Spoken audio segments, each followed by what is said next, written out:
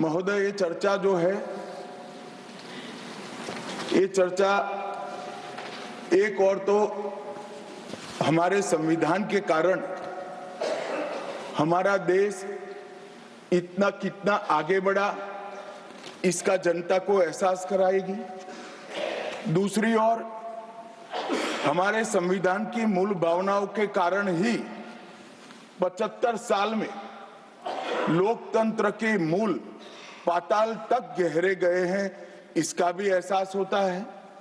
और तीसरी ओर ये भी मालूम पड़ता है, जब संविधान की भावनाओं को दरकिनार कर कर कोई अपने लिए संविधान को तोड़ मरोड़ कर आगे चलने का प्रयास करता है, तो किस प्रकार के अकस्मात और किस प्रकार की दुर्घटनाएं होती हैं। इस सभी दृष्टि से देखें तो संविधान की दोनों सदन में जो चर्चा हुई है, वो चर्चा एक प्रकार से हमारे किशोरों के लिए, हमारी युवा पीढ़ी के लिए आने वाले दिनों में ये दोनों महान सदन में बैठकर देश का भविष्य का निर्णय करने वालों के लिए बहुत शिक्षणात्मक रहेगी, ऐसा मेरा मानना है। और देश की जनता के लिए भी क्षीर नीर करने में बहुत मदद करेगी कि किस पार्टी ने आज जो 75 साल की मीमांसा होगी, इसमें स्पष्ट हो जाएगा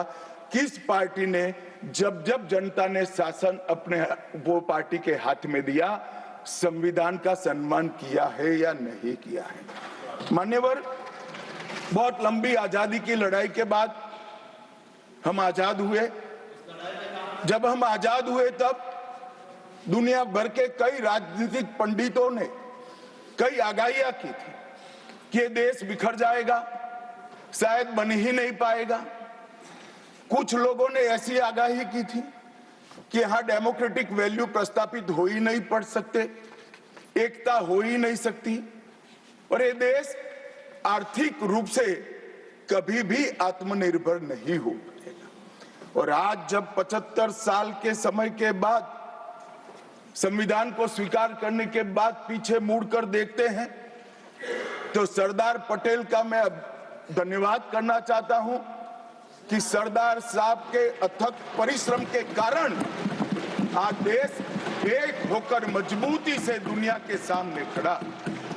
मान्यवर, जो कहते थे लोकतंत्र इस देश में सफल नहीं होगा, मैं वो सभी लोगों को इस सदन के माध्यम से कहना चाहता हूं कि 75 साल हो गए, हमारे साथ भी पास पड़ोस में दुनिया भर में कई लोग आजाद हुए, नई शुरुआत की, वहां कई बार अकस्मात हुए, लोकतंत्र सफल नहीं हुआ।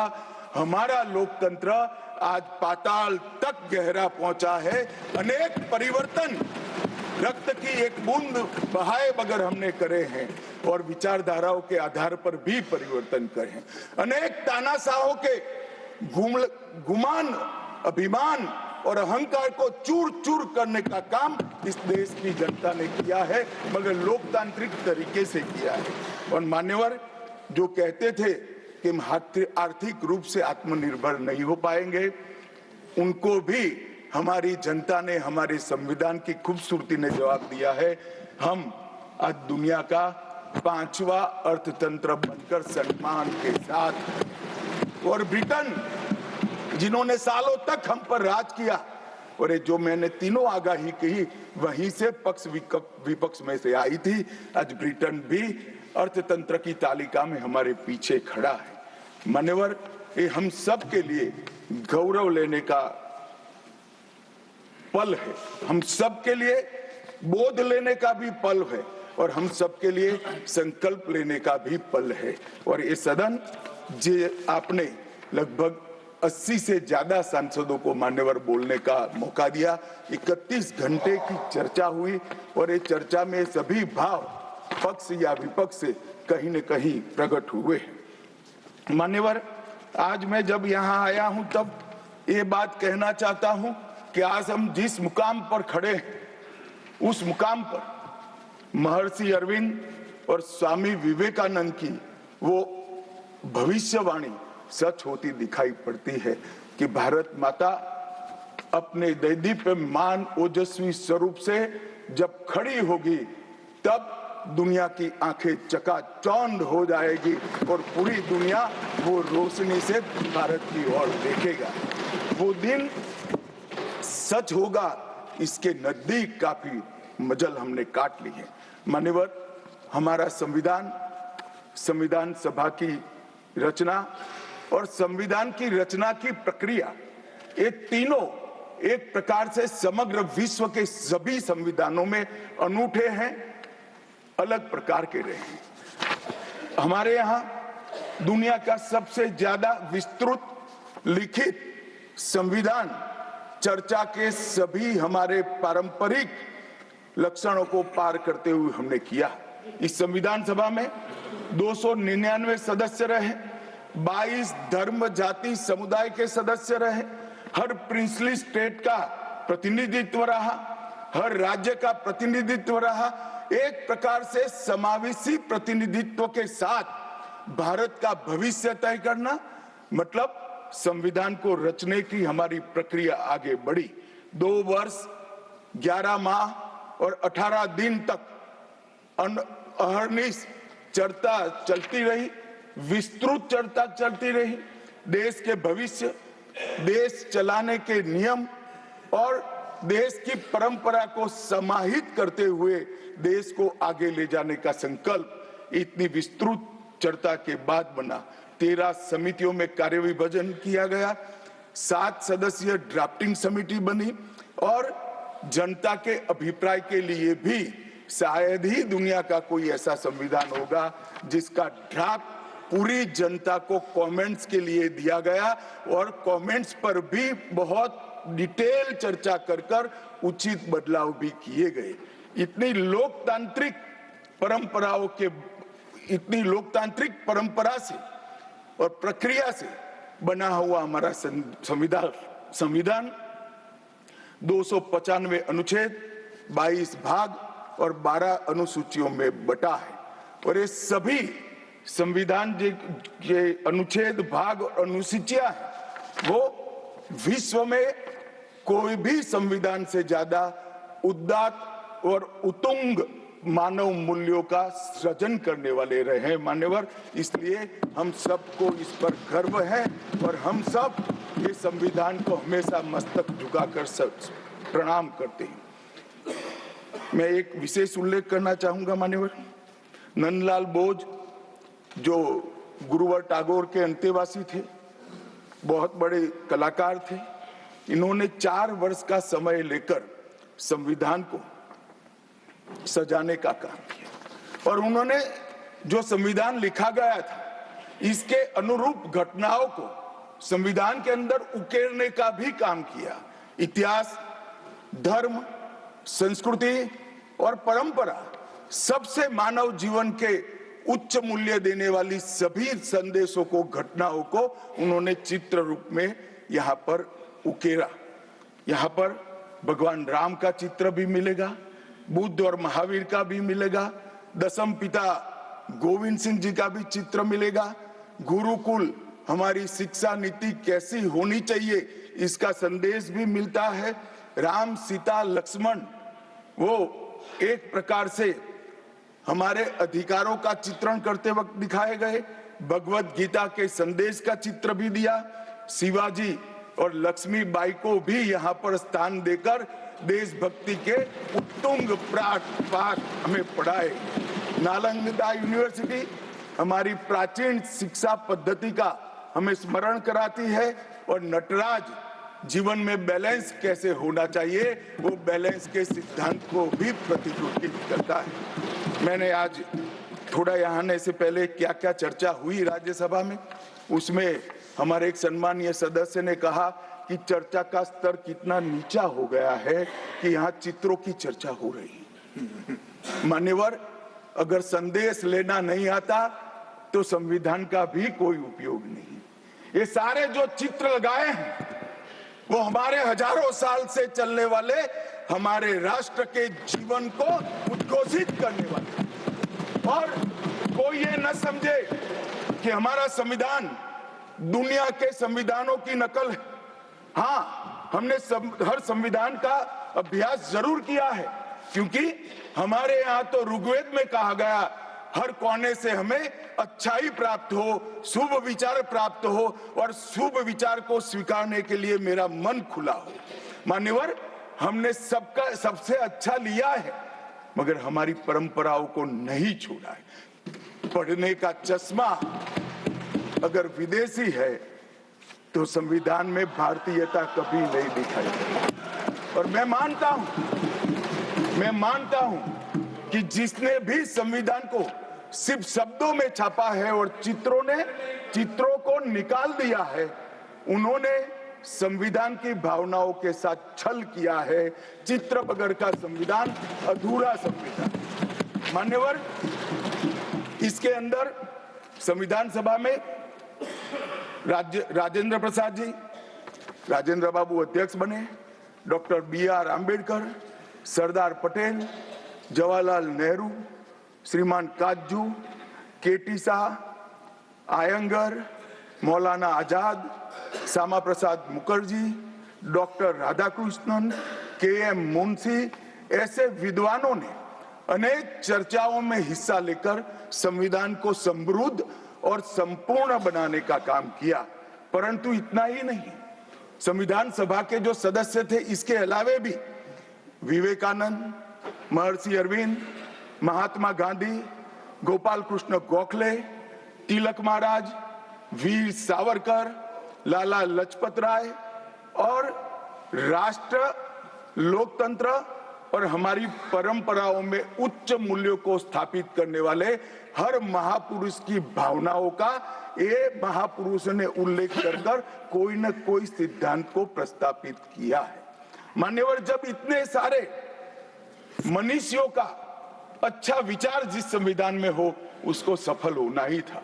ये संविधान सफल होने के लिए संविधान सभा की चर्चा अगर कोई ध्यान से पढ़ेगा तो वेद, उपनिषद, चाणक्य नीति, विदुर नीति, शांति पर्व, रामायण और महाभारत, इसमें से निपजे हुए मानव जीवन के सभी मूल्यों को भी इसके अंदर हमने समाने का प्रयास किया था।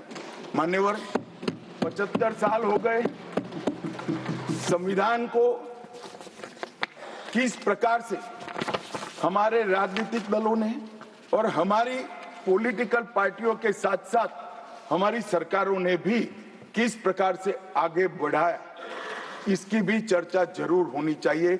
मैं मानता हूं ये चर्चा समय उचित होगी। हमारे संविधान की रचना के बाद डॉक्टर आंबेडकर ने बहुत सोच समझकर एक वाक्य किया था। मैं आंबेडकर जी के वाक्य को सदन के सामने प्रस्तुत करना चाहता हूं। कोट, कोई संविधान कितना भी अच्छा हो, वह बुरा बन सकता है अगर जिन लोग पर उसको चलाने की जिम्मेदारी है वो अच्छे न हो। उसी तरह से कोई भी संविधान कितना भी बुरा हो, वो अच्छा साबित हो सकता है अगर उससे चलाने वालों की भूमिका सकारात्मक और अच्छी हो। ये दोनों घटनाएं मान्यवर हमने हमारे संविधान के 75 साल के कालखंड के अंदर देखी है और मैं तथ्यों के आधार पर सदन के सामने और सदन के माध्यम से देश की जनता के सामने भी रखना चाहता हूं। हमारे संविधान को कभी भी अपरिवर्तनशील नहीं माना गया। समय के साथ साथ देश भी बदलना चाहिए, समय के साथ साथ कानून भी बदलने चाहिए और समय के साथ साथ समाज भी बदलना चाहिए। परिवर्तन ये जीवन का मंत्र है, सत्य है। इसको हमारे संविधान सभा ने स्वीकार किया था। इसलिए आर्टिकल 368 में संविधान संशोधन इसके लिए प्रोविजन किया गया। अभी कुछ राजनेता आए हैं, 54 साल की आयु में अपने आप को युवा कहते हैं और ये घूमते रहते हैं, संविधान बदल देंगे, संविधान बदल देंगे, संविधान बदल देंगे। मैं उनको समझाना चाहता हूं कि संविधान बदलने का प्रोविजन, संविधान के प्रावधानों का बदलने का प्रोविजन अनुच्छेद 368 के अंदर संविधान में ही है और मैं आज फिर से एक बार कहना चाहता हूं, थोड़ा ज्ञानवर्धन भी हो जाए किसी का। भाजपा ने 16 साल राज किया माननीय, 6 साल अटल जी ने किया, 10 साल मोदी जी ने किया और 5 साल और मोदी जी करें। एक प्रकार से 16 साल हमने शासन किया। 16 साल में हमने 22 बार संविधान बदला, संविधान के अंदर परिवर्तन की, और कांग्रेस ने 55 साल करा और 55 साल में 77 परिवर्तन कांग्रेस ने भी किए, कांग्रेस के शासन में भी हुए। अब भारतीय जनता पार्टी और कांग्रेस दोनों ने परिवर्तन किए। ये परिवर्तन का टेस्ट कैसा था, किस प्रकार से किए गए? संवैधानिक प्रक्रिया से भी परिवर्तन होते हैं और संविधान को तोड़ मरोड़ कर फॉर्मेलिटी कर भी परिवर्तन कर सकते हैं। परिवर्तन करने का उद्देश्य क्या था, क्या हासिल करना था? क्या हमारे लोकतंत्र को मजबूत करने के लिए परिवर्तन किए गए? क्या हमारे जिनको अधिकार नहीं है ऐसे लोगों को समकक्ष अधिकार लेने के लिए परिवर्तन किए गए, या अपनी राज्य सत्ता को टिकाने के लिए परिवर्तन? इस पर से ही पार्टी का कैरेक्टर, पार्टी के चलने की पद्धति और पार्टी का संविधान में विश्वास, ये सबको मालूम पड़ता है। मैं ज्यादा संविधान के संशोधन में नहीं जाऊंगा मान्यवर। दोनों प्रमुख दलों के 4 संविधान संशोधन को मैं लेना चाहूंगा। पहला संशोधन हुआ 18 जून 1951 में। संविधान सभा ने ही ये संशोधन करना पड़ा, क्योंकि संविधान बनाने के बाद, संविधान स्वीकारने के बाद आम चुनाव में जाने तक का भी धैर्य कांग्रेस पार्टी में नहीं था। अभी लोकसभा नहीं बनी थी, अभी राज्यसभा नहीं बनी थी और संशोधन लेकर आए। अब उसका उद्देश्य क्या था? 19A जोड़ा गया। 19A जोड़ा गया, वो किस लिए जोड़ा गया? अभिव्यक्ति की आजादी पर स्वतंत्रता को, अभिव्यक्ति की आजादी, अभिव्यक्ति की स्वतंत्रता को कर्टेल करने के लिए पहला सुधार आया। और किसने किया है मान्यवर? उस वक्त प्रधानमंत्री कौन था? श्रीमान जवाहरलाल नेहरू उस वक्त प्रधान।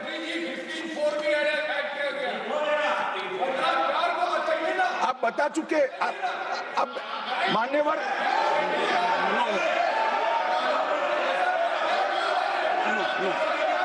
No, sit down. Jairam ji, he not yielding. He not yielding. We heard leader of the opposition. मान्यवर, Unless there is yielding, let us hear. मान्यवर, मेरा लंबा अनुभव है आजकल करते हुए। मुझे 30 साल हो गए विधानसभा और लोकसभा राज्यसभा में बैठे हुए। संसद में भाषण करने का मेरा अनुभव है मान्यवर। वो विरोध तभी कर सकते हैं जब मेरी बात सच न हो।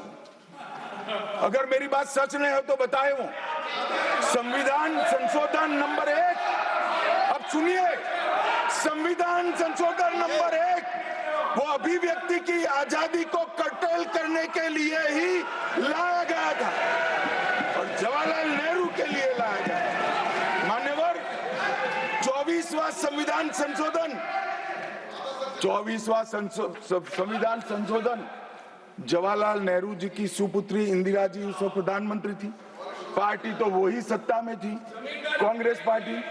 5 नवंबर 1971 को संविधान में संशोधन किया गया, 24वां संशोधन। और संविधान संशोधन के माध्यम से संसद को मौलिक अधिकार, नागरिकों के मौलिक अधिकार कम करने का अधिकार दे दिया। तो एक प्रधानमंत्री कांग्रेस पार्टी के अभिव्यक्ति की स्वतंत्रता का टेल करते हैं, दूसरे प्रधानमंत्री उसी परिवार से आते हैं, वो नागरिकों के मौलिक अधिकार को कर्टेल करने का अधिकार लेते हैं। और 39वां संविधान संशोधन अब तो इंतहाई कर दी मान्यवर, सब सीमाओं को पार कर दिया। मान्यवर, आप तो अधिवक्ता रहे हैं। 10 अगस्त 1975 का वो दिन हमारे संविधान के इतिहास में बहुत, जब भी जिक्र होगा काले अक्षरों से ही इसका जिक्र करना पड़ेगा। उस वक्त 39वां संविधान संशोधन आया मान्यवर। 39वां संविधान संशोधन क्या था? इंदिरा गांधी जी के चुनाव को इलाहाबाद हाईकोर्ट ने अमान्य घोषित कर दिया। अभी कुछ नहीं है, ईवीएम ले लेकर घूमते हैं, हारते हैं और ईवीएम ले लेकर, ईवीएम ने हरा दिया, ईवीएम ने हरा दिया, ईवीएम ने हरा दिया। सुप्रीम कोर्ट ने 24 बार ईवीएम की अर्जी नकार दी। चुनाव आयोग ने 3 दिन ईवीएम 10 से 5 बजे तक रखा कि भाई कोई हैक कर बताए। कोई नहीं गया, सुप्रीम कोर्ट में कोई नहीं गया, और हारते हैं तो ईवीएम का दोष निकालते हैं। मान्यवर, एक ही समय, एक ही दिन 2 परिणाम घोषित। एक महाराष्ट्र में सुपड़ा साफ हो गया, जो जनादेश के साथ द्रोह किया था, इसका दंड महाराष्ट्र की जनता ने दिया और दूरबीन लेकर दिखाई नहीं पड़ते, और उसी दिन वो झारखंड में जीते। तो महाराष्ट्र में ईवीएम खराब है और झारखंड में टप से जाकर नए कपड़े पहनकर शपथ ले ली। अरे भाई जरा तो शर्म करो, जनता देख रही है। एक जगह ईवीएम सही है, एक जगह ईवीएम खराब है। मान्यवर, ऐसा कैसे हो सकता है? और मान्यवर, यहां पर इलाहाबाद हाईकोर्ट ने इंदिरा गांधी जी के चुनाव को निरस्त कर दिया, अमान्य किया, और उन्होंने संशोधन से प्रधानमंत्री पद की न्यायिक जांच पर भी प्रतिबंध लगा दिया। आपको जो करना है वो करो, कोई न्यायिक जांच नहीं है। ये अभी जो अधिकारों की गुहार लेकर घूमते हैं मेरे कम्युनिस्ट भाई, मैं उनको पूछना चाहता हूं, किसके साथ बैठे हो? किसके साथ बैठे हो? रात को अंधेरा कर अपनी आत्मा को टटोलना भैया, मालूम पड़ेगा। और ये संविधान संशोधन मान्यवर रिट्रोस्पेक्टिव इफेक्ट से किया गया कि पुराना भी मुकदमा है तो वो खारिज हो जाएगा। कभी ऐसा होता है? हमारे प्रधानमंत्री तो कहते हैं मैं प्रधानमंत्री नहीं हूं, प्रधान सेवक।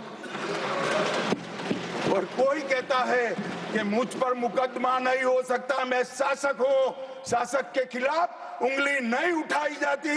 भले संविधान ने अधिकार दिया, वो अधिकार हम समाप्त कर देते हैं। और मान्यवर, ऐसे ऐसे सुधार किए हैं। मान्यवर, उस वक्त भी श्रीमती इंदिरा गांधी थी और 42वां संविधान संशोधन आया। मान्यवर, अभी सुबह दूसरे सदन में 1 नेशन 1 इलेक्शन का बिल पेश हो रहा था। सारी कांग्रेस पार्टी और इनके साथी दल लोकसभा को, विधानसभा और लोकसभा का कार्यकाल बदलने का अधिकार नहीं। मैं सुन रहा था, है नहीं है तो जब बिल आएगा तब चर्चा करेंगे। परंतु भाई आपने क्या किया? 42वें संशोधन से 3 जनवरी को लोकसभा और राज्य की विधानसभाओं का सामान्य कार्यकाल 5 वर्ष से बढ़ाकर 6 साल कर दिया। क्यों किया? कि अभी चुनाव होगा तो हम हार जाएंगे, इसलिए लोकसभा को ही लंबा कर दो। इतनी निर्लज्जता के साथ विश्व में कोई संविधान संशोधन नहीं हुआ होगा। मान्यवर, दूसरा, कुछ कानून पारित करने थे। सदस्य उस वक्त ज्यादा विरोध तो कर नहीं सकते थे, मगर विरोध करने का नया तरीका कुछ कांग्रेस में, जिसमें हिम्मत थोड़ी बची कुची थी, इन्होंने कहा एब्सेंट रहने लगे तो क्वारम नहीं होता था। तो फरवरी 1 को संविधान संशोधन किया कि संसद और राज्यसभा में क्वारम की आवश्यकता नहीं है। वाह! 5 लोग भी है तो चला लो भाई। इसके बाद राष्ट्रपति शासन की अवधि, खड़गे साहब किया है तो सुनना पड़ेगा, हिम्मत के साथ सुनना पड़ेगा। मान्यवर, राष्ट्रपति शासन की अवधि 6 महीने तक बढ़ा दी। मान्यवर, ये 4 संशोधन, मैं समझ रहा हूं क्यों गुस्सा आ रहा है, मान्यवर। Sir, he is not yielding. Honorable Home Minister is not yielding. Are you yielding, sir? मान्यवर, मैं आपको एड्रेस करूंगा।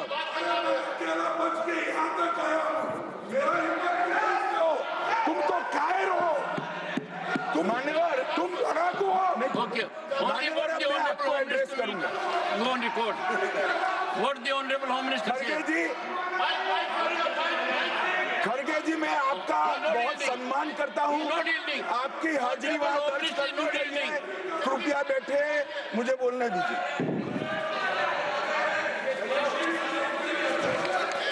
मान्यवर, ये चारों संशोधन मैं मेरी पार्टी के दफ्तर से नहीं ला सकता। ये चारों संशोधन संविधान में हुए, किसी को अदालत ने निरस्त किया, किसी को जनता पार्टी की सरकार आई तब उसको निरस्त किया, कुछ लिंगरिंग टेस्ट में रह गए, पर ये चारों संशोधन वास्तविकता है।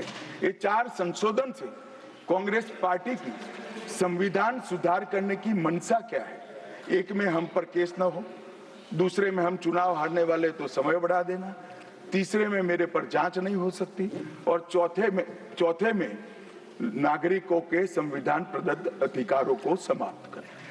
ये उद्देश्य बताते हैं। अब मैं हमारा 4 संशोधन लेकर आता हूं। माननीय, सबसे पहला संशोधन नरेंद्र मोदी जी ने सरकार में किया, 101वां नंबर भी अच्छा आया है। 101वां संशोधन 1 जुलाई 17 को हम जीएसटी को लेकर आए मान्यवर, और इस देश के अर्थतंत्र को रिदम में लाने का।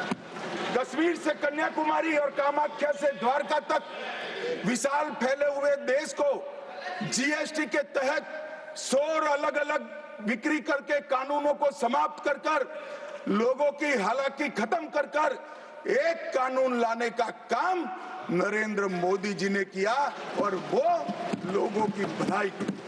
कल की डिबेट मैंने पढ़ी है, कोई सदस्य बोले कि नरेंद्र मोदी जी ने विरोध किया था।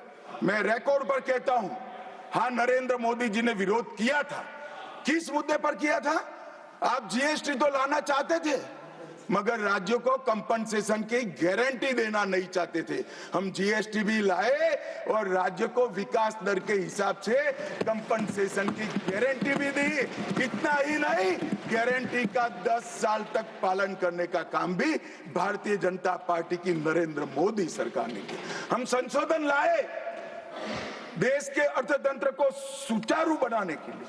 दूसरा संशोधन लाए, 102वां संशोधन, national commission of backward class को संवैधानिक दर्जा देने का काम। अब कुछ लोगों को पेट में दुख रहा है कि नरेंद्र मोदी जी ने ये क्यों किया। मैं साहब आगे बहुत सारी बातें बताऊंगा।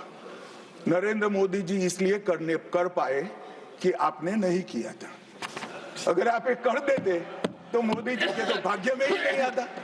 मगर साहब, पिछड़ी जातियों का कल्याण कभी भी कांग्रेस पार्टी का विश्वास नहीं रहा, मान्यता नहीं रही, नीति भी नहीं रही। भारतीय जनता पार्टी ने संविधान संशोधन पिछड़ी जातियों के कल्याण के लिए। तीसरा संशोधन क्या लाए?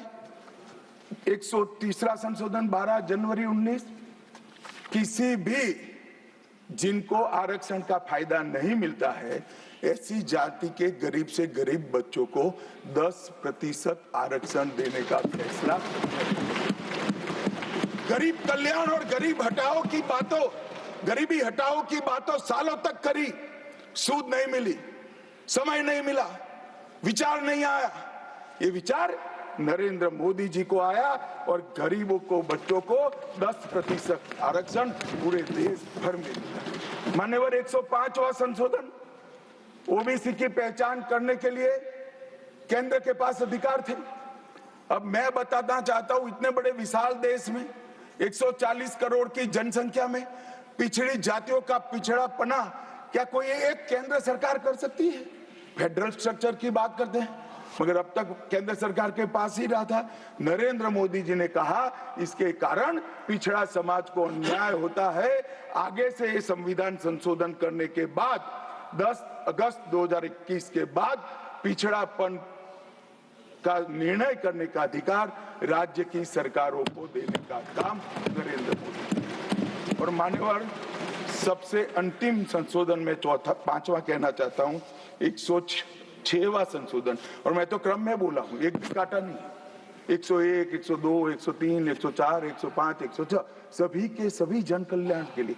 और छठा सम्मेलन संशोधन था 28 सितंबर 2023 को, मातृशक्ति को शक्ति प्रदान करने का, मातृशक्ति को 33% आरक्षण, नारी शक्ति वंदन अधिनियम।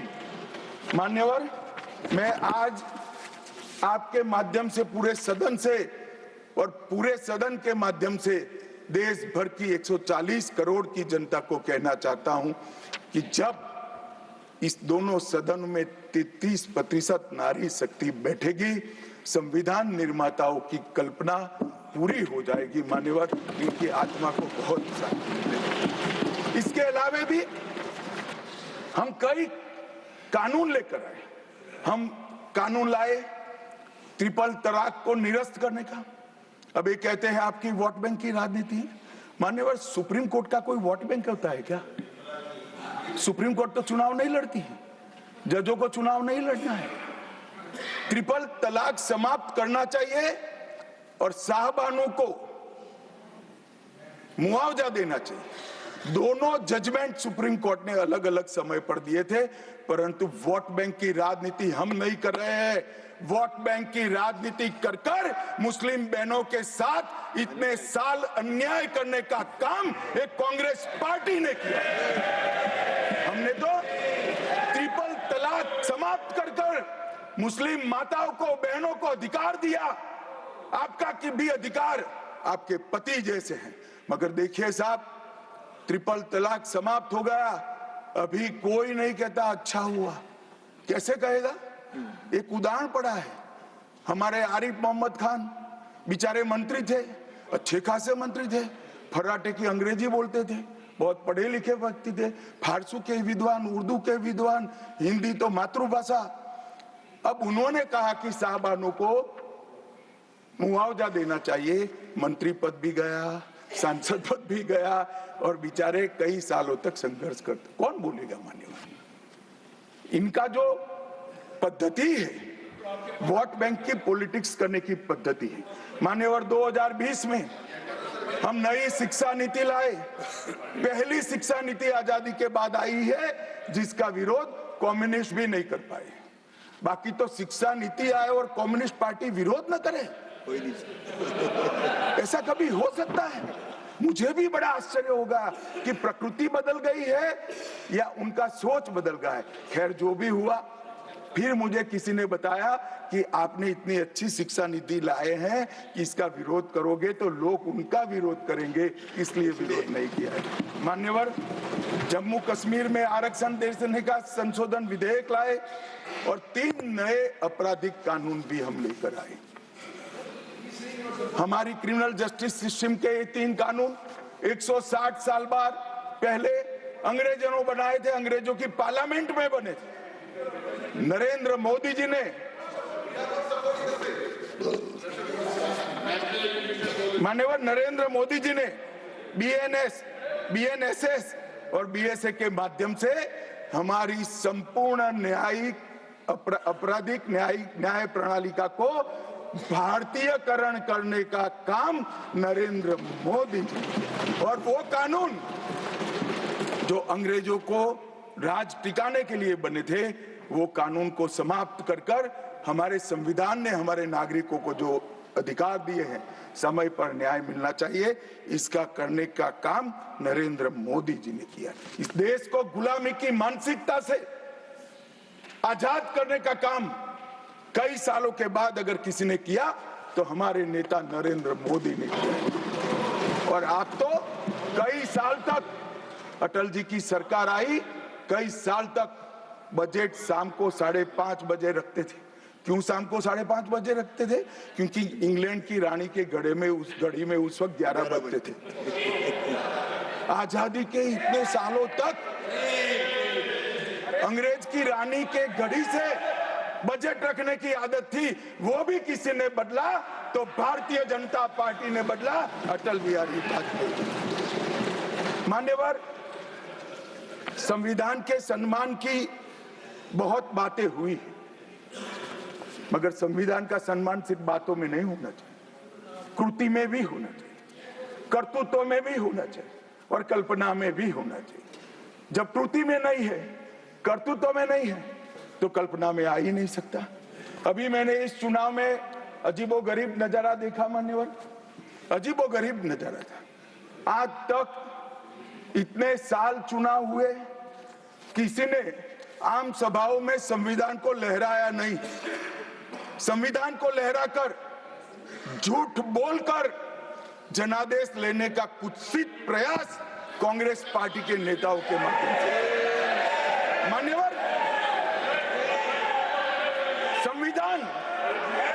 संविधान लहराने का मुद्दा नहीं है, संविधान बहकाने का मुद्दा नहीं है, संविधान विश्वास है, संविधान श्रद्धा है, संविधान को सम्मान करने का। मान्यवर, वो नरेंद्र मोदी जी को, और लोकसभा में तो किसी को मालूम नहीं पड़ा।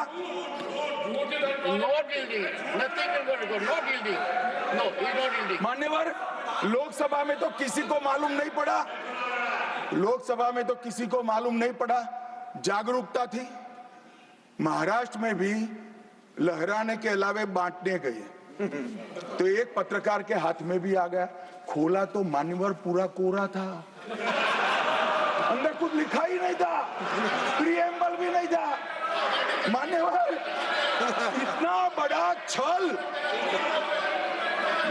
आपकी बात नहीं कर रहा मैं, ये तो पकड़े जाने के बाद तो सब लोग सुधर जाते हैं।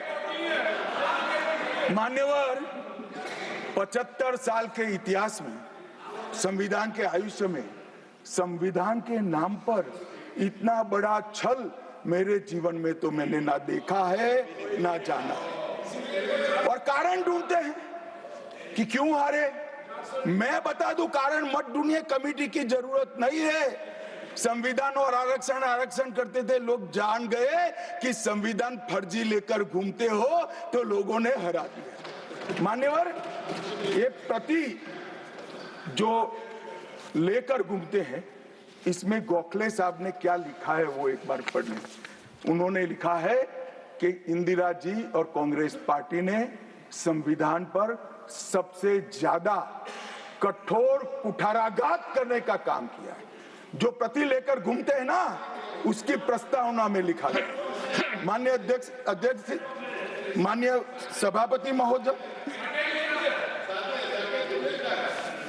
माननीय सभापति महोदय, संविधान कैसे तोड़ा मरोड़ा जा सकता है, इसके भी मैं 2 उदाहरण देना चाहता हूं।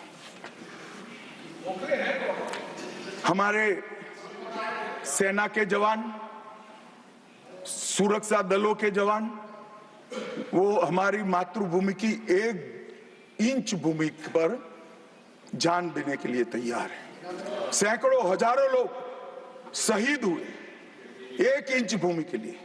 और मान्यवर, किसी को भी भूमि देनी है तो आर्टिकल 1 अमेंड करना पड़ेगा। आर्टिकल 1 में हमारे भूभाग की व्याख्या की गई है, इसको बदलना पड़ता है। तमिलनाडु के पास एक टापू था, कच्चातीवू टापू। वो टापू 1974 में अचानक ही एक एग्रीमेंट कर वन फाइन मॉर्निंग लंका को दे दिया गया। मान्यवर, चलो भाई, बहुमत था आपका, मान लो ऐसे भरोसे से किया होगा कि संसद मेरा सम्मान रखेगी, परंतु बाद में भी ये चीज, ये आर्टिकल 1 का बदलाव आज तक नहीं आया है और वो हमारा भूभाग आज हमारा हिस्सा नहीं है। मान्यवर, ऐसा खिलवाड़ भारत नहीं, दुनिया के किसी भी देश में शासकों द्वारा संविधान के साथ नहीं किया होगा। मान्यवर, आप तो अधिवक्ता हैं। 35A को कॉन्स्टिट्यूशन ऑर्डर से, राष्ट्रपति महोदय के ऑर्डर से दाखिल किया गया। अब दाखिल तो हो सकता है, पर कॉन्स्टिट्यूशन ऑर्डर को दोनों सदन की परमिशन चाहिए, जो हमने धारा 370 हटाने के लिए ली। मैं आज कांग्रेस के मित्रों को पूछना चाहता हूं, जो संविधान की दुहाई देते हैं, 35A जब आपने लागू किया, इसके कॉन्स्टिट्यूशन ऑर्डर पार्लियामेंट में कब डिबेट में आया, कब मतदान हुआ, किसने पारित किया? पार्टी को तो निजी परिवार की जागीर समझते हो, संविधान को भी निजी परिवार की जागीर आप लोग समझ रहे हैं। मान्यवर, इतना बड़ा छल देश की 2 संसदों के साथ किया है। एक पूरा 35A डाल दिया संसद संविधान में, पार्लियामेंट के पास सब्जेक्ट ही नहीं है। देश का भूभाग दे दिया, पार्लियामेंट के साथ विषय ही नहीं आया। किस प्रकार से आपने संविधान के साथ खिलवाड़ किया है, किस प्रकार से आपने देश को चलाया है, ये देश की जनता को आज इस बहस से मालूम पड़ना चाहिए। मान्यवर, आपातकाल, अभी बड़ी बड़ी उद्दात भावनाओं का स्मरण कांग्रेस के मेरे दोनों सदनों के साथी सदस्य कर रहे थे। यंग सदस्य करे तो मैं समझता हूं, शायद इन्होंने इतिहास न पढ़ा हो, मगर जो लोग आपातकाल के वक्त थे वो भी करते थे। किसी की भी स्मृति इतनी अल्पकालीन कैसे हो सकती है? मान्यवर, क्या हुआ था आपातकाल में? लाखों लोग कोई अपराध के बगैर जेल में ठूस दिए गए। लाखों लोग, कोई पॉलिटिकल पार्टी बाकी नहीं है। आज इनके साथ बैठे हैं, उनमें से भी कुछ लोग जेल में थे, वो भी नहीं बोलते हैं। न्यायालय में डर का माहौल, मीडिया पर सेंसरशिप। इंडियन एक्सप्रेस ने अपना संपादकीय एक भी शब्द लिखे बगैर का कोरा संपादकीय प्रकाशित करा, क्योंकि लिख नहीं सकते थे। श्रीमान शुक्ला साहब से एडिट कराना होता था, वापिस ही नहीं आता था, तो उन्होंने कोरा अखबार ही निकाल दिया। इस तरह से विरोध किया और तय हो गया, मान्यवर, एक व्यक्ति कहेगी वो ही कानून होगा। और क्यों किया? देश पर आक्रमण हुआ था क्या? देश की आंतरिक सलामती ठीक नहीं थी क्या? ना ना ना ना ना ना, ऐसा कुछ नहीं हुआ था। सिर्फ इतना हुआ था कि इलाहाबाद हाईकोर्ट ने उनको सांसद के रूप में अयोग्य ठहरा दिया था। अपनी कुर्सी जाने वाले, चुनाव नहीं कराना था। और मान्यवर, जब पार्लियामेंट, जब इसको चैलेंज किया गया और न्यायालय में, सर्वोच्च अदालत में जब चर्चा चली, तब उन्होंने कहा, नीरज डे को पूछा कि आर्टिकल 21 के तहत के अधिकार इमरजेंसी में समाप्त हो सकते हैं क्या? तो उन्होंने कहा, यस सर। साहब, कोई भी वकील को यस सर कहने की इतनी बड़ी फीस नहीं मिली होगी। नीरज डे 11 साल तक अटॉर्नी जनरल रहे, एक यस सर कहने का। मान्यवर, डीओ ड्राफ्ट जो होता है वो कैबिनेट में, कैबिनेट मंत्रालय से आता है। कैबिनेट मंत्रालय में डीओ ही नहीं है। कैबिनेट का जो प्रस्ताव होता है कैबिनेट मंत्रालय के थ्रू जाता है, मगर आज कैबिनेट में कोई रिकॉर्ड नहीं है। कैबिनेट मंत्रालय में, मैं तो छोटा था मान्यवर, मुझे जेल में नहीं जाना पड़ा। मेरी आयु होती तो मेरा भी सौभाग्य होता, पूरे 19 महीने इसके विरोध में मैं जेल में रहना पसंद करता, परंतु मैं छोटा था। मुझे इमरजेंसी की मालूमात कैसे पड़ी? मैं बीना का गीतमाला सुनता था, बीना का गीतमाला अचानक बंद हो गई, तो मैंने घर में झगड़ा किया कि बीना का क्यों गीतमाला क्यों नहीं आती। मेरे पड़ोस वाले चाचा ने कहा, किशोर कुमार के साथ इंदिरा जी का झगड़ा हो गया है, बीना का गीतमाला में किशोर कुमार का आवाज नहीं आना चाहिए। तो नए गीतों की रिकॉर्डिंग हुई और किशोर कुमार और लता मंगेशकर के ड्यूएट गीत भी लता दीदी की आवाज में ही पूरे देश ने 19 महीना सुने। साहब देखिए, डेमोक्रेसी की बात करें मान्यवर, इस प्रकार की कृति ऐसा दंड दिया देश की जनता ने उनको कि अब स्वप्न में भी नहीं कर सकते हैं। ऐसी कृति कोई न करे, इसलिए ये बहस जरूरी है। और मान्यवर, हम तो संविधान का सम्मान करते हैं। नरेंद्र मोदी जी ने संविधान दिन मनाने की बात रखी तो एक वरिष्ठ कांग्रेसी नेता ने कहा, क्या जरूरत है संविधान दिन की, 26 जनवरी तो है। बोले, भाई संविधान को जितनी भी बार स्मरण करोगे, इसकी भावनाओं के प्रति आपकी आस्था दृढ़। और मान्यवर, इसलिए नरेंद्र मोदी जी संविधान दिन मनाते हैं और संविधान के निर्माताओं की पुण्य स्मृति में मनाते हैं। मान्यवर, उस वक्त आज ही मुझे किसी शायर ने दुष्यंत कुमार की पंक्ति भेजी है इमरजेंसी के लिए। मैं ज्यादा भाषण इमरजेंसी पर करना नहीं चाहता, परंतु मैं जरूर कहना चाहूंगा। दुष्यंत कुमार की पंक्ति है, एक गुड़िया की कई कठपुतलियों में जान है, एक गुड़िया की कई कठपुतलियों में जान है। आज शायर ये तमाशा देखकर हैरान है। कल नुमाइश में मिला वो चिथड़े हाल कपड़े पहने हुए, मैंने उसको नाम पूछा तुम कौन हो, तो उसने कहा मैं संविधान। दुष्यंत कुमार जी की कविता है मान्यवर, इंदिरा जी को समर्पित है। मान्यवर, जब संविधान बन रहा था, संविधान के हर आर्टिकल पर चर्चा चल रही थी। हम आजाद हो गए थे, आजाद हुए थे, पर हमारा देश कोई नया नहीं बना था। हम तो हजारों सालों से दुनिया में सबसे चिर पुरातन संस्कृति, चिर पुरातन धर्म और चिर पुरातन समाज जीवन लेकर निकले हुए देश हैं। हाँ, एक कालखंड के लिए गुलाम हो गए, आजादी मिली, आगे देश कैसे चले इसका एक डॉक्यूमेंट बनाना था। तो उस डॉक्यूमेंट में चर्चा में आया कि अब देश का नाम क्या हो। अंग्रेज लिख कर गए थे इंडिया, क्योंकि वो भारत को जानते ही नहीं थे।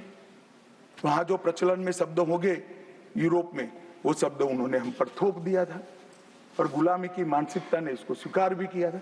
मगर जब आजाद हुए तब इस पर चर्चा हुई और अब उस वक्त के सदस्य सेठ गोविंददास ने दरखास्त किया कि देश का नाम भारत रखना चाहिए।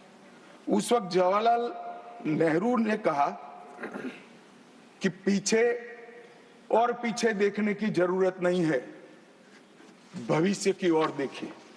और मान्यवर, देश के नाम के अंदर इंडिया भी रहा, भारत भी रहा। खैर, मैं इस पर टिप्पणी करना नहीं चाहता, परंतु नजरिए का सवाल है। अगर इंडिया के चश्मे से भारत को देखोगे तो भारत समझ में नहीं आएगा, पूरा जीवन चला जाएगा। और इसलिए इन्होंने अपने गठबंधन का नाम भी इंडिया ही रखा है, इसीलिए रखा है, वो ही सोच से चलना है। और मान्यवर, हमारे प्रधानमंत्री जी ने विकास तो करना है, दुनिया में सबसे आगे बढ़ना ही है, विकास के साथ साथ विरासत को भी अपना कर आगे बढ़े। गुलामी की हर परंपरा को हम समाप्त करना चाहते हैं। हम एक आजाद मुल्क है, सार्वभौमत्व से लैस मुल्क है, किसी की परंपरा हमें स्वीकार नहीं है। परंपरा बदलनी है तो हम बदलेंगे, नए कपड़े हर कोई पहनता है, हम भी पहनेंगे, परंतु हमारी पुरानी परंपराओं पर हमें शर्म नहीं है। और मान्यवर, क्या किया नरेंद्र मोदी ने, राजपथ जो अंग्रेज सम्राट के सम्मान में नाम रखा गया था, उसका नाम बदलकर कर्तव्य पथ रखा। इंडिया गेट पर किंग पंचम जॉर्ज की मूर्ति लगी थी, मूर्ति हटा दिया, शर्म के मारे में स्थान खाली था, हमने वहां सुभाष बाबू की प्रतिमा लगा। मान्यवर, नेवी का चिन्ह जो देकर गए थे वही चलता था। हमने वीर छत्रपति शिवाजी महाराज की नेवी के चिन्ह को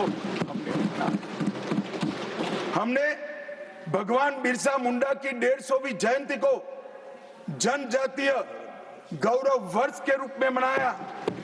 राष्ट्रीय युद्ध स्मारक हमने बनाया और राष्ट्रीय युद्ध स्मारक में अमर जवान की ज्योति को विलीन करने का काम भारतीय जनता पार्टी के नेता नरेंद्र मोदी। संसद के अंदर राजा जी ने जो उदात्त भावनाएं व्यक्त की थी, जिसको जवाहरलाल जी ने भी स्वीकारा था, मगर बाद में शर्म का एहसास हुआ, सेंगोल को इलाहाबाद के म्यूजियम में भेज दिया। नरेंद्र मोदी जी ने विधिवत तरीके से सेंगोल को संसद के अंदर प्रस्तावित कर नई संसद बनाई और विश्व भर में चोरी की गई मूर्तियां, आर्टिफैक्ट्स जो थे वो 345 हजारों साल पुराने हमारे मूर्तियां और आर्टिकल्स, उसको वापस लाने के लिए हमारे विदेश मंत्रालय ने काम किया। न्यू एजुकेशन पॉलिसी, पूरा देश अंग्रेजी में चले, ऐसे षड्यंत्र चले इतने सालों तक। न्यू एजुकेशन पॉलिसी में हमने कंपलसरी कर दिया बच्चे की प्राथमिक शिक्षा मातृभाषा में होगी। मान्यवर, मातृभाषा में आईएएस आईपीएस का एग्जाम नहीं दिया जाता था, हमने वहां मातृभाषा में एग्जामिनेशन को किया। अभी तमिलनाडु के सदस्य बोल रहे थे, पहले आप जिनके साथ बैठे हो उनके शासन में तमिल में आईएएस आईपीएस का पेपर नहीं लिख सकते थे। आज तमिल मीडियम में बड़ा हुआ बच्चा गर्व के साथ देश का टॉप ब्यूरोक्रेट बन सकता है। ये व्यवस्था हमने करी। मान्यवर, अंडमान और निकोबार के द्वीप समूह का नाम जो अंग्रेज रखे थे वो छोड़कर गए थे। सुभाष बाबू ने जब अंडमान निकोबार जीता तब उन्होंने नामकरण किया था शहीद और स्वराज, उसको भुला दिया गया। आजादी के बाद फिर से अंग्रेजों का नाम वापस लाए, नया न रखो कोई बात नहीं भाई, सुभाष बाबू ने रखा निकाल दिया, हमने डंके की चोट पर सुभाष बाबू के नाम शहीद और स्वराज दोनों वापस लाने का काम किया। ल्यूटियन में रेस कोर्स रोड पर रहते थे, हमने लोक कल्याण मार्ग करा। डेलहाउसी रोड का नाम दारा सिकोह के नाम से किया और निर्मला जी ब्रीफकेस की जगह वही खाता लेकर आज जब बजट देती है तब पूरे देश भर के भारतीय संस्कृति के लोगों को आनंद होता है। मान्यवर, 1500 से ज्यादा पूरे नए कानूनों को हमने समाप्त करने का काम किया। इन्होंने अपने परिवार की प्रसिद्धि के अलावे कुछ नहीं किया। हजारों जगह पे गांधी नेहरू परिवार के नाम मिलेंगे और किसी का नहीं। सुभाष बाबू का पुतला भी हमने लगाया। मान्यवर, हमने प्रधानमंत्री संग्रहालय बनाया। जवाहरलाल जी से लेकर नरेंद्र मोदी जी के पहले जितने बने वो सभी प्रधानमंत्रियों के जीवन कवन को हमने दिखाने का काम किया। वहां पहले सिर्फ जवाहरलाल जी का मिशन, G20 की अध्यक्षता हमने की और भारतीय सांस्कृतिक और वैश्विक समन्वय को हमने प्रोत्साहित किया। राम मंदिर का निर्माण, काशी विश्वनाथ धाम का पुनरुद्धार, काशी उज्जैन शारदा पीठ, करतारपुर साहिब कॉरिडोर, योग को वैश्विक पहचान और 160 साल पुराने कानूनों को खत्म करने का काम नरेंद्र मोदी जी ने किया। हम पीछे नहीं गए। ऐसा वो मानते थे पीछे चले जाओगे, पीछे नहीं गए। पीछे तो आप छोड़कर गए थे। आप 14वें नंबर पर छोड़कर गए थे, अटल जी 11 पे लाए, फिर 11 से नीचे नहीं गए, देश पर बड़ा उपकार किया। मोदी जी 11वें से 5वें नंबर पर लाए और 27 में तीसरे नंबर पर पहुंच गए। मान्यवर, अभी कुछ नेताओं को आरक्षण में चुनाव जीतने की फॉर्मूला दिखाई पड़ती है। आरक्षण आरक्षण आरक्षण आरक्षण आरक्षण कोई आज की कल्पना नहीं है, हमारे संविधान निर्माताओं ने की। आर्टिकल 15 और 16 में SC, ST और OBC को आरक्षण का प्रोविजन किया गया। मान्यवर, ये मूल प्रोविजन है, कोई नया नहीं है। इतनी जोर से आरक्षण आरक्षण आरक्षण कर छाती चौड़ी कर चिल्लाते। आज मैं बताना चाहता हूं कि कांग्रेस पार्टी किस प्रकार से आरक्षण विरोधी पार्टी है। मान्यवर, इनका कहना और करना दोनों अलग है। मान्यवर, आरक्षण के लिए नेहरू जी के उद्गार अंत में मैं बताऊंगा, परंतु ओबीसी को आरक्षण देने के लिए 1955 में काका साहेब कालेलकर कमीशन बना। मान्यवर, इसका रिपोर्ट कहाँ है? दोनों सदन के रिकॉर्ड पर मैंने ढूंढा, कहीं नहीं, बुला दिया गया। क्यों? क्योंकि ओबीसी को आरक्षण मिलता था। बैठिए बैठिए बैठिए ना, मैं प्रक्रिया बताता हूं। अर्ध सत्य नहीं बोलता हूं भाई, एक सेकंड। छिपा कैसे सकते हो? छिपा कैसे सकते हो? बाबा साहब आंबेडकर का संविधान है, देश में लोकतंत्र है, कैसे छिपाओगे?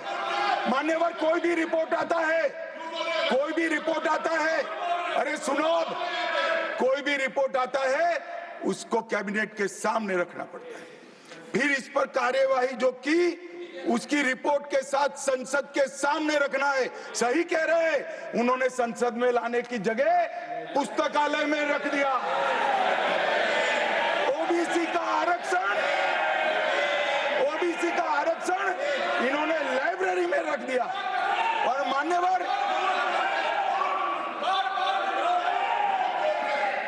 मान्यवर, अगर काका साहेब कालेलकर कमीशन का रिपोर्ट स्वीकार कर लिए होते तो 1980 में मंडल कमीशन की रिपोर्ट की जरूरत ना पड़ती। मंडल कमीशन का रिपोर्ट कमीशन ही इसलिए बनाया गया क्योंकि काका साहेब कालेलकर कमीशन का रिपोर्ट स्वीकारा नहीं, और 80 में मंडल कमीशन का भी रिपोर्ट आ गया, किसी ने इसका अमल नहीं किया। अमल कब हुआ? जब 90 में इनकी सरकार गई तब अमल हुआ।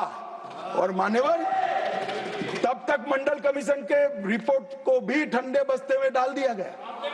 90 में, अरे सुनिए मान्यवर,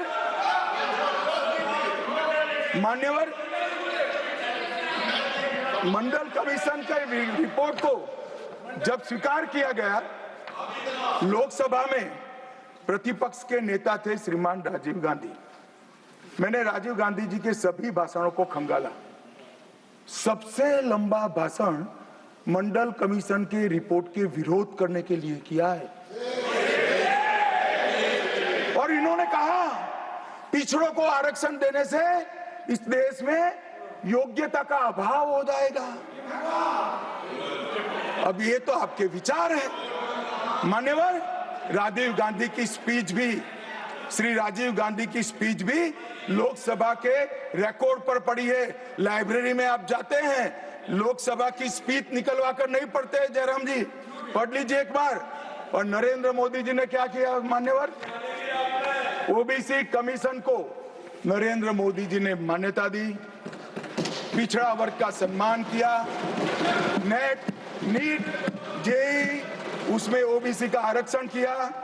और इन्होंने क्या किया? अभी भी ये तो सब नेहरू जी, इंदिरा जी और अब भी चलता रहता है। एक इन्होंने क्या किया? झूठ बोलना शुरू किया कि हम आरक्षण बढ़ा देंगे, आरक्षण बढ़ा देंगे, आरक्षण बढ़ाना चाहिए, आरक्षण 50% से ज्यादा बढ़ा। ये क्यों बढ़ाना है मैं बताना चाहता हूँ। मान्यवर, झूठ नहीं, असत्य, झूठ की जगह असत्य।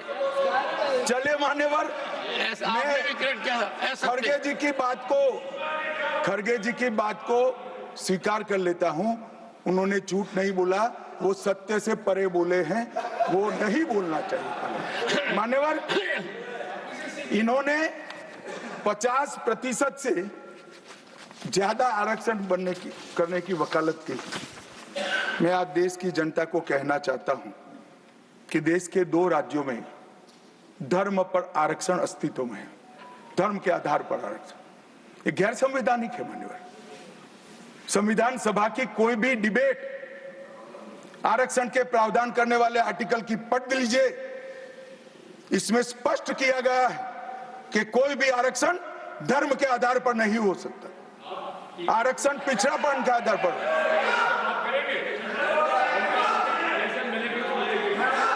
मान्यवर, मगर दोनों राज्यों में जब कांग्रेस की सरकार थी तब धर्म के आधार पर आरक्षण दिया। अब क्या हुआ है, सुप्रीम कोर्ट में रुक जाता है क्योंकि 50% की सीमा वो ओबीसी का कोई कल्याण नहीं चाहते हैं। 50% की सीमा बढ़ाकर मुसलमानों को आरक्षण देना चाहते हैं, मान्य धर्म के आधार पर आरक्षण देना चाहते हैं। और मैं आज फिर से एक बार इस सदन में जिम्मेदारी तब के साथ कहता हूं, दोनों सदन में जब तक भाजपा का एक भी सदस्य है, धर्म के आधार पर आरक्षण हम नहीं होने देंगे। इस संविधान विरोधी मान्यवर, मैं अब कांग्रेस पार्टी ने कभी धर्म के आधार पर आरक्षण नहीं दिया। अरे दिया है।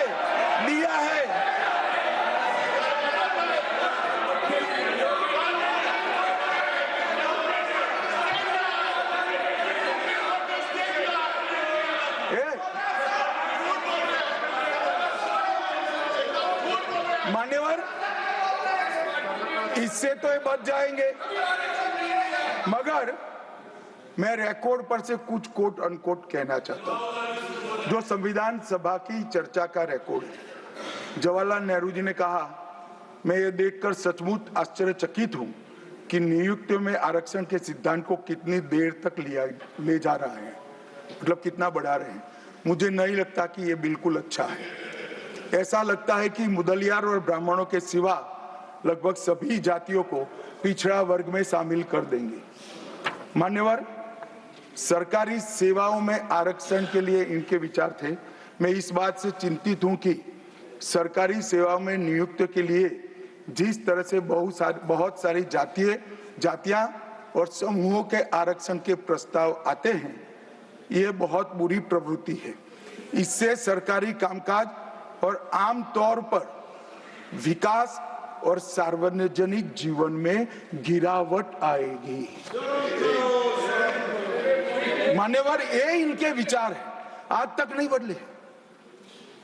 बदले, यही विचार है। मगर अभी जोर से बोलना, एक शब्द का प्रयोग मैं नहीं कर सकता, आगे गलती हो गई थी, असत्य बोलना और सार्वजनिक रूप से बोलना, इस सिद्धांत को कुछ नेताओं ने स्वीकार किया। मान्यवर, हमारे संविधान के directive of principle of state policies भाग 4 के अनुच्छेद 44 में एक एंट्री है जो कॉमन सिविल कोड की यूसीसी की बात करती है। क्योंकि हमारे संविधान का फैब्रिक पंथ निरपेक्ष है, हर जाति, हर धर्म, हर समुदाय के लोगों के लिए समान कानून होना चाहिए, इसका हमारा संविधान पक्षधर है। मान्यवर, ये यूसीसी क्यों नहीं आया?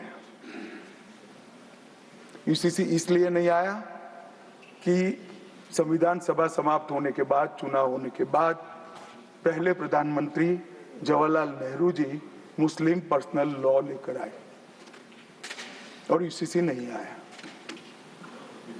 मैं आज कांग्रेस पार्टी को इस सदन में सार्थ पूछना चाहता हूं, क्या पंथ निरपेक्ष राष्ट्र के अंदर सभी धर्मों के लिए एक कानून होना चाहिए या नहीं होना चाहिए? इसकी कांग्रेस पार्टी स्पष्टता करे।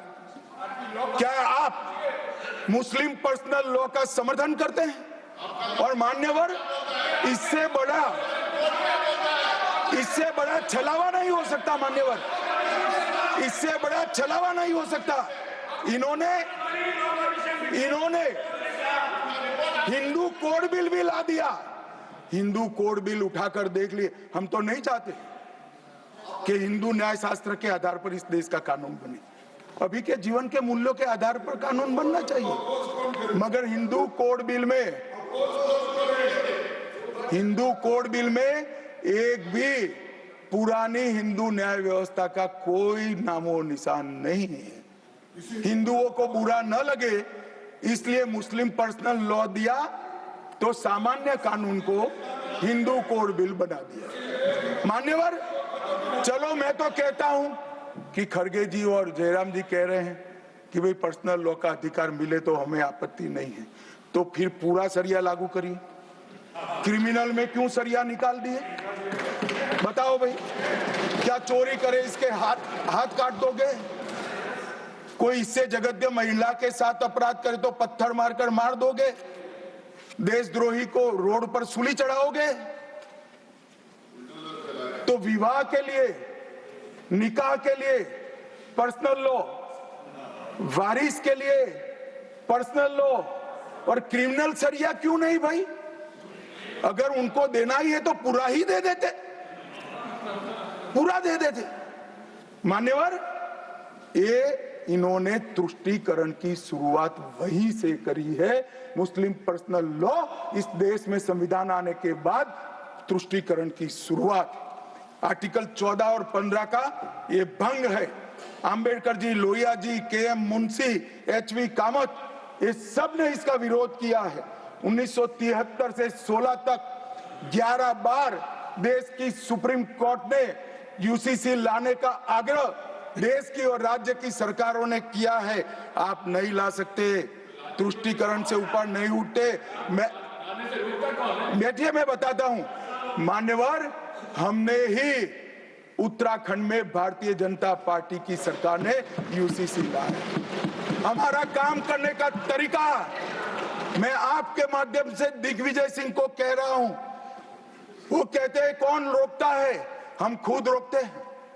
कारण बताऊं मैं? सुनने का धैर्य चाहिए, क्योंकि हमारा तरीका है कि लोकतांत्रिक तरीके से काम किया जाए। समाज के जीवन में इतना बड़ा सामाजिक बदलाव करने वाले कानून को उत्तराखंड सरकार ने मॉडल कानून के रूप में पारित किया है। इसकी न्यायिक मीमांसा होगी, इस पर सामाजिक चर्चा होगी, धर्म के विद्वान चर्चा करेंगे, कुछ सजेशन आएंगे तो इसको स्वीकारेंगे और बाद में भारतीय जनता पार्टी की सरकार हर राज्य में कॉमन सिविल कोड लेकर आएगी। आज तक नहीं मिला, वो भी कांग्रेस पार्टी के तुष्टीकरण ने की नीति थी। मान्यवर, अभी एक फैशन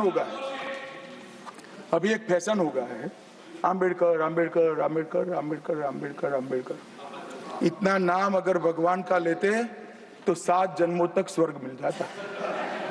अच्छी बात है ना? ना सुनिए तो, सुनिए ना, आप सुनिए ना, मैं बताता हूं।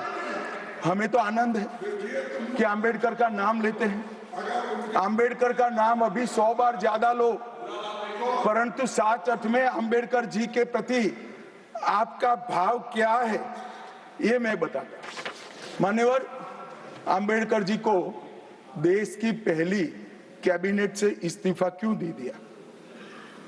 अंबेडकर जी ने कई बार कहा कि अनुसूचित जातियों और जनजातियों से हुए व्यवहार से मैं असंतुष्ट हूं। सरकार की विदेश नीति से मैं असहमत हूं और आर्टिकल 370 से मैं असहमत हूं। इसलिए वो छोड़ना चाहते थे। उनको आश्वासन दिया गया, आश्वासन पूरा नहीं हुआ। उन्होंने इग्नोरेंस के चलते इस्तीफा दे दिया और एक श्री BC रॉय ने पत्र लिखा कि अंबेडकर और राजा जी जैसे 2 महानुभाव मंत्रिमंडल छोड़ेंगे तो क्या होगा। तो नेहरू जी ने उनको जवाब में लिखा है, राजा जी के जाने से तो थोड़ा बहुत नुकसान होगा, अंबेडकर के जाने से मंत्रिमंडल कमजोर नहीं होता है। मान्यवर, ये विचार जो खड़गे जी कह रहे हैं ना, क्या आपत्ति है? जिसका विरोध करते हो उसका वोट के लिए नाम देना है, कितना उचित है? क्योंकि अब अंबेडकर जी को मानने वाले पर्याप्त संख्या में आ गए हैं, इसलिए आप अंबेडकर अंबेडकर कर रहे हो। मान्यवर, मुंबई के मेयर ने एक पत्र लिखा था कि मऊ में अंबेडकर जी का स्मारक बनाना चाहिए। मऊ में जो अंबेडकर जी का जन्म स्थान था, सुझाव लिखा। उन्होंने कहा आमतौर पर स्मारक निजी पहल से बनाने चाहिए। यदि सरकार किसी प्रकार की सहायता करती है तो वो उचित नहीं होगा। उनके कितने स्मारक बने साहब? कोई स्मारक अंबेडकर जी का नहीं बना। देश भर में नहीं बना। अंबेडकर जी के स्मारक कब बने? जब भारतीय जनता पार्टी सत्ता में आई, तब मऊ में डॉक्टर अंबेडकर के जन्म स्थान पर स्मारक बना, लंदन में अध्ययन करते थे वहां स्मारक बना, नागपुर में शिक्षा दीक्षावलित वहां बना, दिल्ली में महापरिनिर्वाण स्थल पर बना और मुंबई में चैत्य भूमि में भी बन रहा है। हमने 5 तीर्थ बनाए महामानव। और मैं मानता हूं मान्यवर, मैं मानता हूं कि अंबेडकर जी के सिद्धांतों पर चलना नहीं और वोट के लिए उनकी गुहार लगा देना। 14 अप्रैल को राष्ट्रीय समरसता दिवस घोषित किया हमने, 26 नवंबर को संविधान दिवस घोषित किया। उस वक्त भी इसका विरोध कांग्रेस के वरिष्ठ नेताओं ने किया। मान्यवर,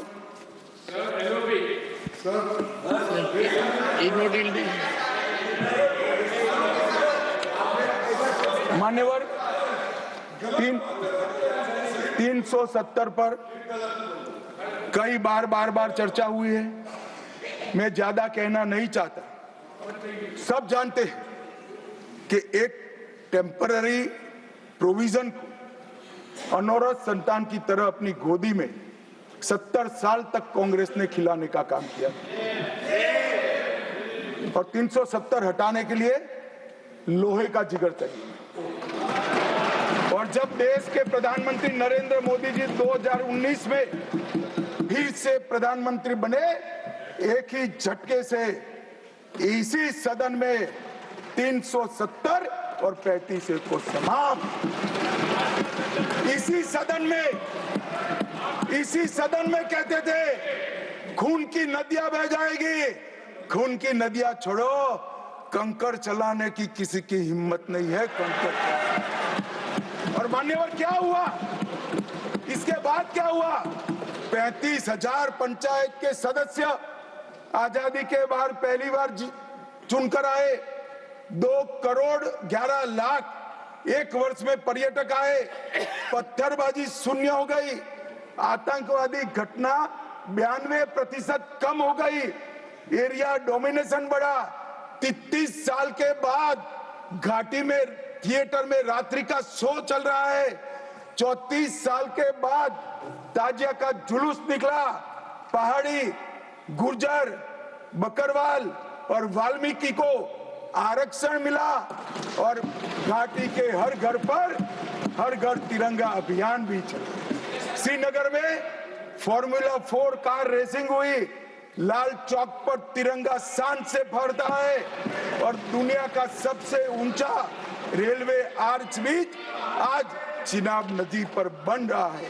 सबसे बड़ी लंबी ट्रांसपोर्टेशन टनल फिर पंजाल में बनी और निर्यात रैंकिंग में अपना कश्मीर सभी यूटी में नंबर 1 पर निर्यात में आया।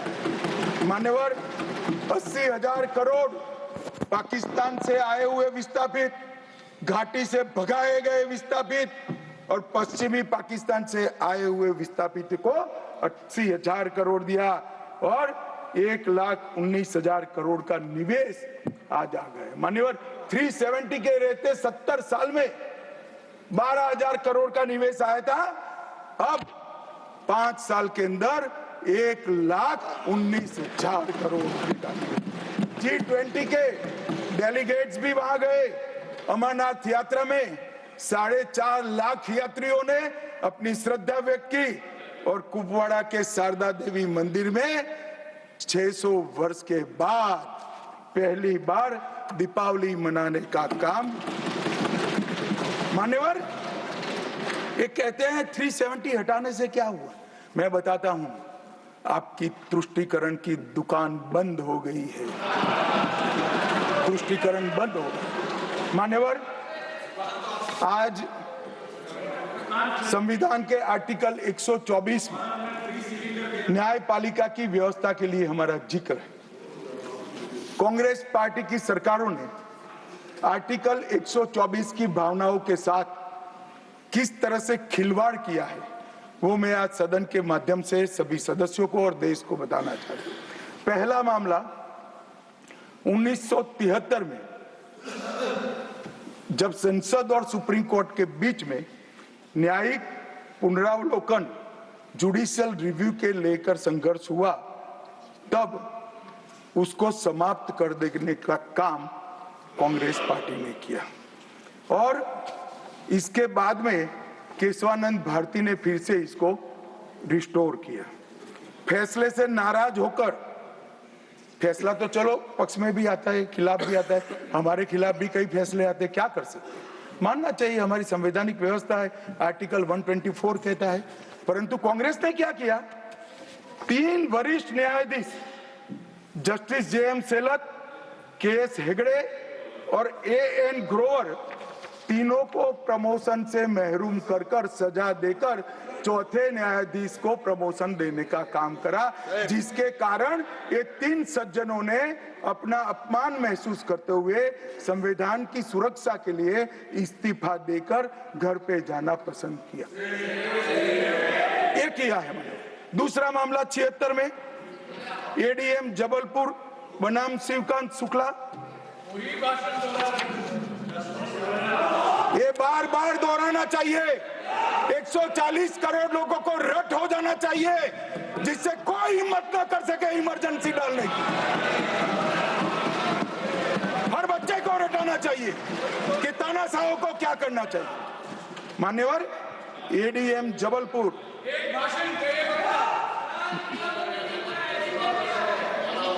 मान्यवर ADM जबलपुर जस्टिस खन्ना बेचारे 3 विरुद्ध 1 लघुमती फैसला दिया। क्या हुआ, वो कभी भी चीफ जस्टिस नहीं बन पाए मान्यवर, उनको रिटायर्ड हो जाना।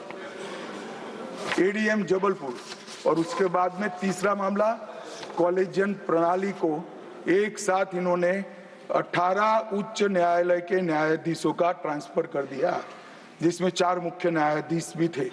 और कारण क्या था मान्यवर, क्यों किया, कोई कदाचार था, कोई भ्रष्टाचार था? ना ना ना ना, ये सभी 18 उच्च न्यायालय के न्यायाधीशों ने प्रत्यक्षीकरण मतलब हेबियस कॉर्पस को एंटरटेन किया, जो उनका संवैधानिक अधिकार है। इमरजेंसी में कैसे हेबियस को आप एंटरटेन कर सकते हो, इस मुद्दे पर उन्होंने इसको आगे कर दिया। मान्यवर आर्टिकल 34, 14 और 21 इसकी सेंस को निकाले तो हर व्यक्ति को समानता से जीने का अधिकार है। हम कम्युनिस्ट सोच से बना हमारा संविधान नहीं है। सब समझते हैं कि व्यक्ति की माली हालत इसका भाग्य, परिश्रम और बुद्धिमत्ता के आधार पर तय होती है। हर व्यक्ति एक समान माली हालत में नहीं रह सकता, मगर आर्टिकल 14 और 21 का मतलब इतना तो जरूर निकलता है कि इनको बेसिक सुविधाएं मिल जाए, घर मिले, बिजली मिले, पानी मिले, खाना मिले, इलाज मिले, शिक्षा मिले। 75 साल तक इस देश की जनता को गरीबी हटाओ का नारा देने वाले कांग्रेस पार्टी गरीब रखे। और मान्यवर 10 साल में नरेंद्र मोदी जी ने 9.6 करोड़ गरीब महिलाओं को उज्ज्वला का कनेक्शन देकर उनके घर में गैस पहुंचा। 12 करोड़ गरीबों के घर में शौचालय पहुंचे, शुद्ध पीने का पानी 12.65 लाख करोड़ घरों में पहुंचा। 18,000 गांवों में बिजली पहुंची। 14.5 करोड़ किसानों के खाते में 2.40 लाख करोड़ रुपया सीधा डीबीटी से पूरा ट्रांसफर हुआ। 36 करोड़ आयुष्मान भारत के कार्ड बने और 8.19 करोड़ दर्दियों ने उससे मुफ्त में अपना इलाज कराया है। और मान्यवर अब 70 साल से अधिक कोई भी आय वर्ग का व्यक्ति हो, इसको 5 लाख तक का इलाज मोदी सरकार ने, प्रधानमंत्री ने फ्री कर दिया। 36 राज्यों में 80 करोड़ लोगों को 1 नेशन 1 राशन कार्ड दिया। 5 किलो अनाज मुफ्त दिया, 25 लाख करोड़ रुपए की राशि सीधी बैंक खातों में डीबीटी के माध्यम से गई है। 11,000 करोड़ रुपया 1 करोड़ लाभार्थी को, रेहड़ी पटरी वालों को दिया, और सबसे बड़ी बात 2 करोड़ लखपति दीदी बनाने का काम नरेंद्र मोदी। और मान्यवर विश्वकर्माओं के लिए भी काम कर। अभी मान्यवर ये बात मैं बहुत संवेदनशील होकर के आप सदन के सामने रखता हूं। लोकसभा में चर्चा हो रही थी, कांग्रेस पार्टी के एक वरिष्ठ सदस्य ने कहा सावरकर के लिए जो उन्होंने उद्गार निकाले मैं तो रिपीट नहीं कर सकता। मान्यवर सावरकर जी के सामने जो वीर लगा है ना, वो कोई सरकार, कोई पॉलिटिकल पार्टी की चुनी हुई सरकार ने नहीं दिया है। इसके सामने वीर उनकी वीरता के कारण 140 करोड़ लोगों ने। मान्यवर ऐसा उत्कृष्ट देशभक्त जिसके लिए ऐसे उच्चारण देश की सबसे बड़ी पंचायत में होते हैं, इसके बारे में कोई जानकारी लिए बगैर लगातार कई सालों से झूठ फैलाया जाता है।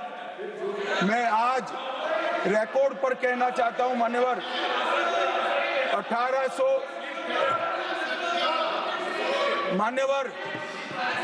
1857 से लेकर 1947 तक के स्वतंत्र संग्राम में किसी भी व्यक्ति को एक जीवन में 2 आजीवन कारावास हुए हैं तो वो वीर सावरकर।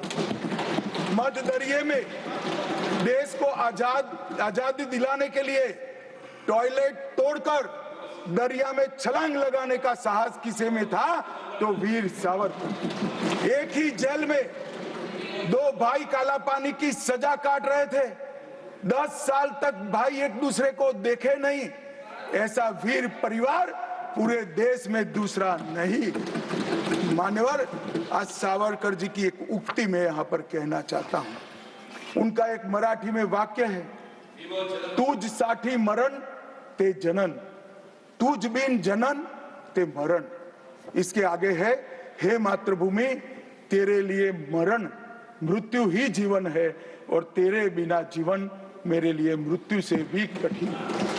ये देशभक्ति के वाक्य जिस व्यक्ति के मुंह से निकले, इसके लिए इस प्रकार की सदन में चर्चा करते हैं, सार्वजनिक रूप से बोलते हैं और गर्व महसूस करते हैं। क्या देशभक्ति कोई विचारधारा के साथ जुड़ी हो ही सकती है? देश के प्रति बलिदान किसी धर्म के साथ जुड़ा हुआ हो सकता है? किस प्रकार के स्तर पर हम देश के सार्वजनिक जीवन को ले गए मान्यवर, और हमारी तो न माने, हमारी न सुने। सुनिए, आप हमारी न माने, हमारी न सुने, हमको न स्वीकारे, मगर मैं इंदिरा जी के 2 वाक्य कोट करना चाहता हूं। एक, उन्होंने 1966 में सावरकर जी के निधन पर कहा, सावरकर एक महान व्यक्ति थे, उनका नाम साहस और देशभक्ति का पर्याय है। एक महान क्रांतिकारी जिन्होंने अनगिनत लोगों को प्रेरणा देने का काम किया, इंदिरा गांधी तत्कालीन प्रधानमंत्री। दूसरा, श्री बाखले को पत्र लिखा था कि आपका पत्र मुझे मिला, वीर सावरकर द्वारा ब्रिटिश सरकार के प्रति साहसी प्रतिरोध का हमारे स्वतंत्रता संग्राम के इतिहास में अपना एक महत्वपूर्ण स्थान। मैं भारत के इस असाधारण पुत्र की जन्म शताब्दी के लिए कोटि कोटि शुभकामनाएं देती हूं प्रधानमंत्री। भाई हमारा तो न सुनो, मगर आप इंदिरा जी का भी नहीं सुनते हो। और मान्यवर आपके माध्यम से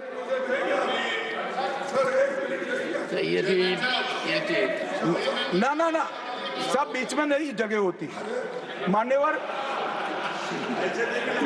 मान्यवर मेरा आज इस चर्चा के माध्यम से देश भर के अलग अलग पॉलिटिकल पार्टी, अलग अलग विचारधारा, अलग अलग धर्म के लोगों को एक निवेदन है कि देशभक्ति, वीरता, बलिदान और समर्पण को धर्म के साथ, विचारधारा के साथ या पार्टी के साथ मत जोड़िए।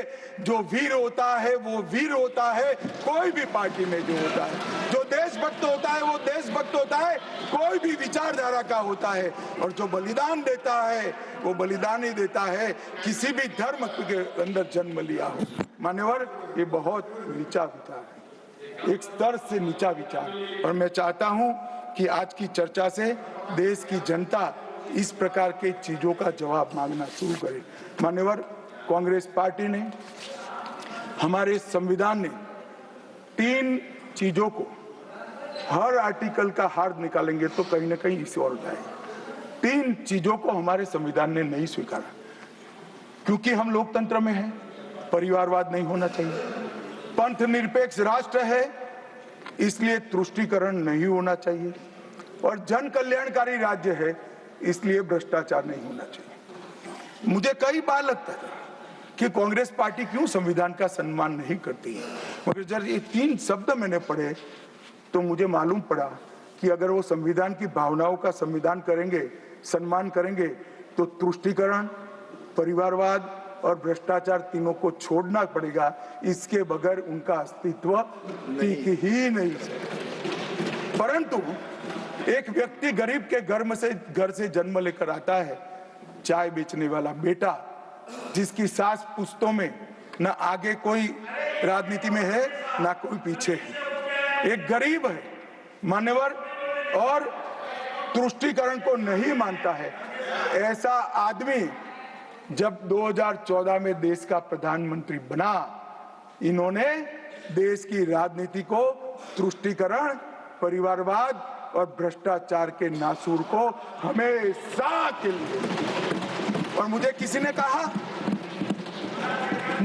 कहा कि अभी महाराष्ट्र और हरियाणा में हार के लिए कांग्रेस पार्टी कोई आत्मनिरीक्षण के लिए कमेटी बना रही है। कोई कमेटी की जरूरत, मेरा अच्छा खासा अनुभव है। तुष्टीकरण, परिवारवाद और भ्रष्टाचार छोड़ दो, जनता चुनकर ला देगी आपको, कुछ करने की जरूरत नहीं है। मान्यवर, अभी 1 नेशन 1 इलेक्शन का विरोध करें। मान्यवर, मैं इस पर ज्यादा बात करना नहीं चाहता क्योंकि समिति ने शीश किया है, मगर विरोध करते हैं, इसके तर्क तो रखने चाहिए ना। मान्यवर, मैं आज आपको बात कहने आया हूं। अभी मैंने कुछ समय में मोहब्बत की दुकान के बहुत नारे सुने। मोहब्बत की दुकान देश के हर गांव में खोलने की महत्वाकांक्षा वाले लोग भी, बहुत भाषण उनके मैंने सुने हैं। मेरा उनको कहना है, मोहब्बत दुकान से बेचने की चीज नहीं है भैया।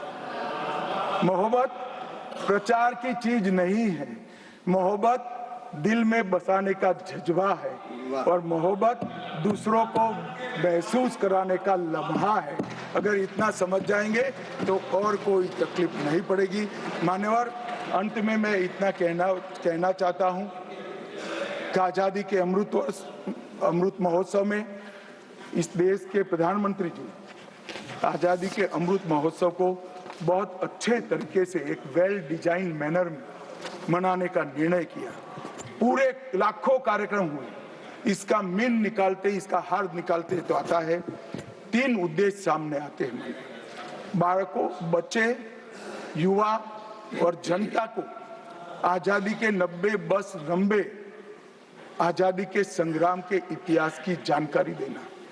गुमनाम आजादी के सेना नायकों का नई पीढ़ी और आने वाली पीढ़ी को परिचय कराना। 75 साल में हमने जो सिद्धियां प्राप्त की है, इसका गौरव 140 करोड़ भारतीयों के मन में उत्पन्न करना। और जब आजादी के 100 साल हो गए, तब ये देश पूरे संसार में हर क्षेत्र में नंबर 1 पर हो, ऐसे महान भारत की रचना। और ये संकल्प अब श्री नरेंद्र मोदी का नहीं रहा है, ये संकल्प देश के 140 करोड़ लोगों का संकल्प हो गया है। इसको जब भी मैं जनता के बीच में जाता हूं इसको महसूस भी करता हूं। मान्यवर, आज मोदी जी ने अमृत काल की कल्पना करी है। अमृत महोत्सव की समाप्ति से शताब्दी तक हम दुनिया में हर एक क्षेत्र में एक नंबर पर हो, भारत विकसित हो, हमारा गौरववंत स्थान हो, तब मुझे लगता है कि महर्षि अरविंद और विवेकानंद जी ने जो कल्पना करी थी कि भारत माता अपने संपूर्ण दैदीप्यमान स्वरूप के साथ दुनिया के सामने खड़ी होगी और दुनिया की आंखें भारत माता की तेज से चकाचौंध हो जाएगी। वो स्वप्न सच होगा, इसका मुझे विश्वास है। स्वप्न सच करने का रास्ता, एकमात्र रास्ता हमारा संविधान है और इसमें छेड़खानी करने का किसी का साहस न हो, वो जनता ने सुनिश्चित करना है। आपने मुझे मौका दिया, इसलिए बहुत बहुत